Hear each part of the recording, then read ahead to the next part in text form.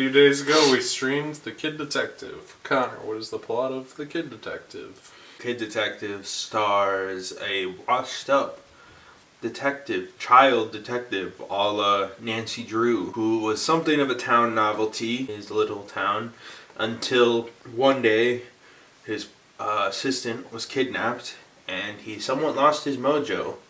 But he stuck at it into his 30s, and now a grown kid detective needs to solve the murder of this girl who comes to him's boyfriend's murder.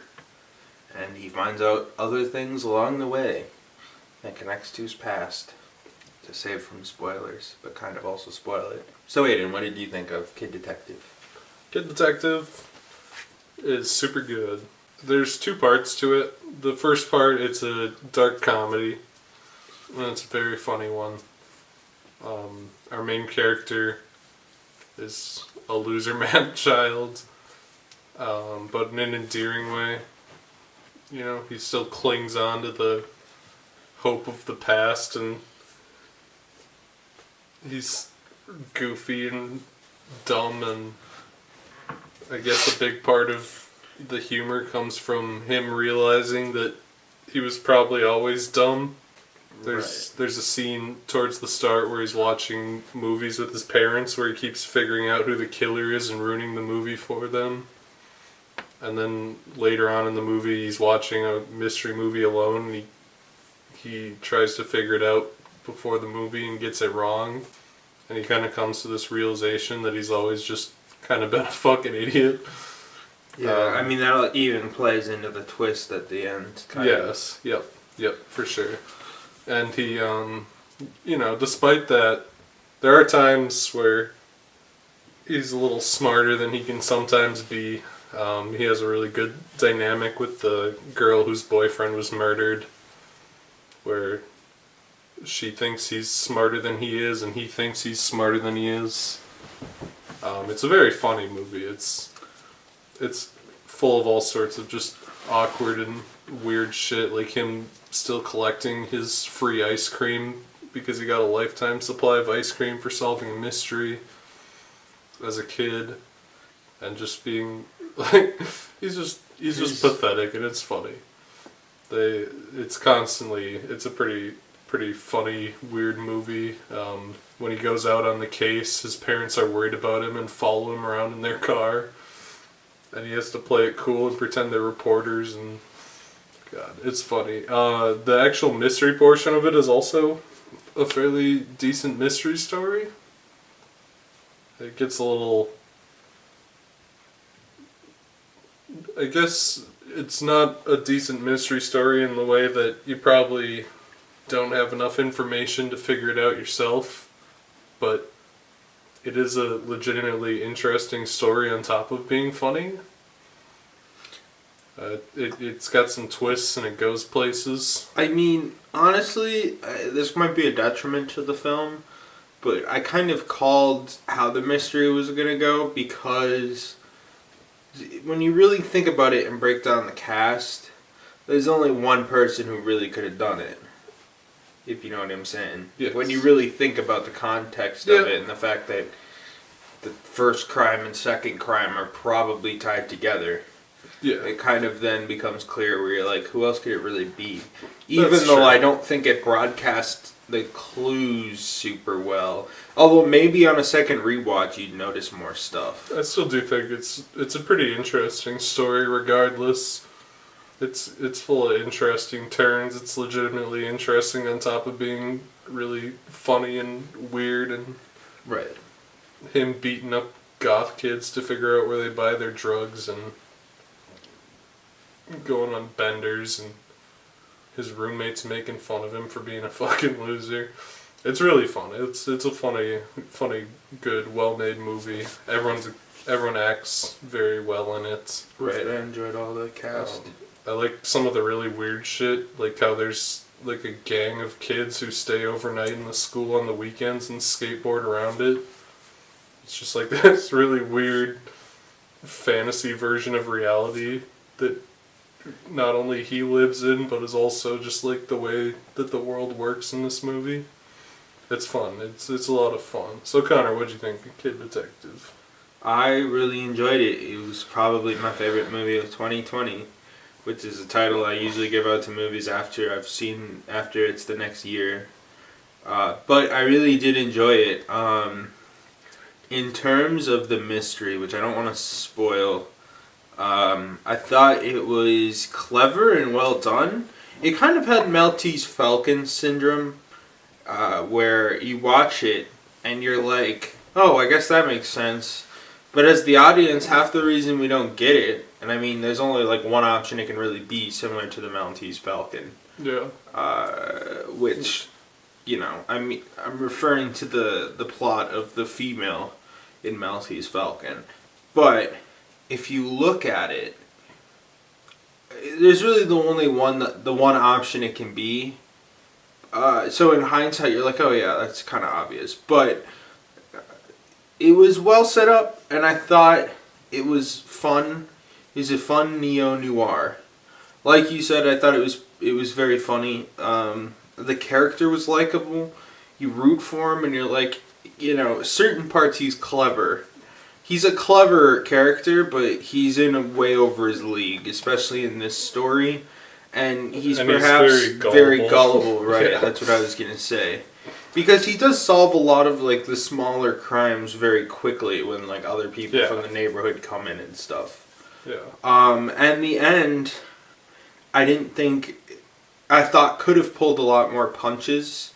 How the movie ends, the closing shot was really good. I'm trying not to spoil this because, like, as a good detective story, it's kind of hard to talk too in depth about the things I like about the ending, which I think really rounds out the movie very well, down to the final shot. But I thought it was interesting. I thought the mystery went well as a good backbone to the story. But it is fun to also see how his life was. He, in a lot of ways, felt like he peaked at a certain age of like 12. And he kind of has to live with it. And obviously, the pretty simple filmmaking trope of, you kind of have the glory days. So it's very saturated, it's bright, everything's good, it's very Leave It to Beaver. And then you have when he's a detective and he's kind of failing and shit, and it's very saturated, depressing. But also, they do a good job of kind of mirroring what's going on simultaneously in the child story, or the child story mirrors what's going on in the neo-noir portion of it. And I really like that because it both kind of combines, like, and it has like interesting elements where like a third of this movie feels like a Hardy Boys style story, and then the other style is like a Maltese Falcon, maybe not specifically, but neo-noir noir film. And it's an interesting juxtaposition, and it works very well. The film doesn't use incredibly interesting, beyond disbelief film techniques.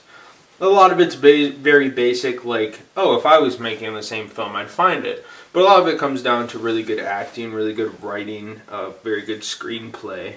And that's not to take away from the filmmaking, because it was still very well done. It's easy to tell what's going on, it's clear, it's clever. But it doesn't go beyond the Call of Duty and do anything magnificent. But that being said, I really enjoyed what the film did. So Aiden, would you recommend The Kid Detective? Yes. Would you? Yes. And I would go into it blind because the ending, I think, is very interesting. The film has a lot of highs. There is, even in the happier moments and the funny moments, this underlying depressing atmosphere. And I think overall it's an interesting vibe. The film gives off. And I think the film does a really good job, mostly. I mean, I have very few complaints about it. In terms of best, highest quality movie of 2020, I don't think so. But it's probably my favorite just because it seems like something I would like to come back to. And it kind of fills Sony's quota of making one very good movie a year. which meant, and I don't think they made anything else good in 2021 or 2020. So, you know, we're gonna get one good Sony film this year, and I don't think it's gonna be Venom or Morbius. You get one good Sony film a year, and then the That's rest of the the year you rule. get Flatliners and That's the the Emoji rule. You Movie. get one thing that's amazing, and then it's like, here, we'll put out a bunch of crap, Hollywood crap, Yeah. but most of it's going to be children's movies and these knockoff MCU forced Kevin Feige's hands, fucking 4D chest Kevin Feige into putting their stupid ass fucking Jared Leto led Morbius movie into their cinematic universe. Although I don't even think that's going to be the worst superhero film performance of Jared Leto this year, because as you can tell, Yeah, it's gonna Jared be Leto's playing the baby Suicide Jesus Squad. himself in the Justice League Snyder cut. I don't know what the fuck they're thinking with that. I don't understand how you pull the comparison of Jesus. Because Zack Snyder And hates Joker. God. God is evil. That was the whole point of Batman vs Superman. religious. When fucking He's Jesse always like, I love Eisenberg, superheroes and Jesus, Jesse and I like Eisenberg bastardizing. spun his fedora on his finger, and he's like, Haven't "My you dad ever beat seen? me, and I know God isn't real." Haven't and you then ever seen a Zack pulled it Snyder down interview? and He's the- like, it's me, Zack Snyder, comic book gleam- lover and religious The lover. gleam of the moonlight bounced off his Reddit pin Right. as he tilted his fedora down, and he's like, "Now Batman Yeah, must drink kill my- the Superman." Drink my pee-pee. Yeah, Zack Snyder, apparently for a man who loves comics and religion, also thinks comics and religion are fucking gay. Well, Because that's like every interview. He's like, I love the comic books, I love the religion. no. And then he He likes to always talks bastardize about them. he always talks about how he loves comics, which I kind of believe. I don't. But then his wife comes He on, has and she's no like, clue. no. His wife comes on, she's like, "I want to beat every comic fan to death, and I'm the producer of this He movie, doesn't so there's going to be understand no comic bullshit." In the Watchmen special No. features, Here's what it is. Zack Snyder likes Watchmen, but he's too dumb to understand what makes Watchmen good. Yeah. His wife absolutely hates comics and ruins all his movies by producing them. I mean, I'm not saying he I feel doesn't like ruin his Zack's- own movies, because I he's don't also... think Zack Snyder reads stupid. comics. He might have read like a Superman comic or two when he was a kid and said, I like this character. Now I'm going to make him the baby Jesus. He's the baby. He's kind of like Jesus. Maybe. Superman was made by fucking Jewish people. I don't think he's supposed to be Jesus, dude. He was actually... Okay, if we boil down Superman to his roots... If we look back to the first couple of years of Superman, the idea is it was a power fantasy because these poor Jewish people were like, my life sucks because I'm fucking Jewish and nobody likes fucking Jewish people. This is the 30s. And then true. he's like, what if like instead of me living in the slums, I was like super strong and I beat up all the slumlords. That was the whole thing. And then they came up with Lex Luthor and they're like, what if he like did science and does like cool potions and lived in a castle? You're like, that's kind of cool. And now he has like a green Superman suit so he can beat the fuck out of Superman. And every fucking character has superpowers because that's just how fucking comics go. Comics, like, you lose the core intention through all the writers. And then eventually it gets so dumbed down that it just becomes retarded bullshit. So, I mean, I'm not saying like the Jewish power fantasy didn't need an evolution. But I think the comparisons to Baby Jesus is something that got pulled way later. And never was alluded to the level. I mean, obviously there's comparisons, but there's comparisons to a lot of other mythological characters as well. It could to be Superman. worse. At least it's not like Green Lantern, where it's just an anime where a bunch of people shoot differently colored beams at each other. Well, that was a bastardization by Jeff Johns. At least you have a good 40 years of Green Lantern comics. Not good. Green Lantern's not the most interesting character. He's basically just Iron Man, but less interesting. Because Hal Jordan's just a Mary Sue the whole time, and then eventually they're like, actually, wouldn't it be funny if he, like, his whole Was city black. gets blown up? No, what happened? Well, I mean, yes, there were the other two Green Lanterns that came, John Stewart and Guy Ginger. Gardner, but no one cared. Yeah, John Stewart and Guy Gardner. I mean, if you make a But then character a he nukes- ginger, nobody's going to give a fuck. They're not going to want them. Nobody wants to see... Well, okay. Some people like female gingers, but anytime someone sees a male ginger, they're instantly revolted. Well, Guy Have you Gardner ever is- seen a male ginger and not thought, this guy masturbates in theaters and rapes women? I don't No. know. Louis C.K. The only two ginger that's a people I call can out. name. But no, The I mean, whole- you look at Guy Gardner and he's drawn intentionally revolting. I don't know if it's intentionally, but he looks Guy like Gardner he's looks just a like- fucking dick. Guy Gardner looks like he corners women and bars and pulls out his wiener and starts jerking off and talking about how he's a comedian. Right. Jon Stewart's Has an just FX boring. show. He's like, I'm in the Fed. I was in the Marines. But Kyle Rayner took over, and Kyle Rayner added a breath of fresh air. Then fucking Jeff Johns' hack fucking ass doesn't know shit. Honestly, no one who works in comic books for the last like fucking 30 years has known shit. That's just facts. You know, there's such thing as good reinventing, and then the reinventing that most comic book creators do is dumbing down to the point of retardation. The Jesus symbolism on Superman makes no sense, but somehow the Jesus symbolism makes even less sense when you compare it to the Joker. Jared Leto Joker. Explain this to me. So Joker's like a serial killer.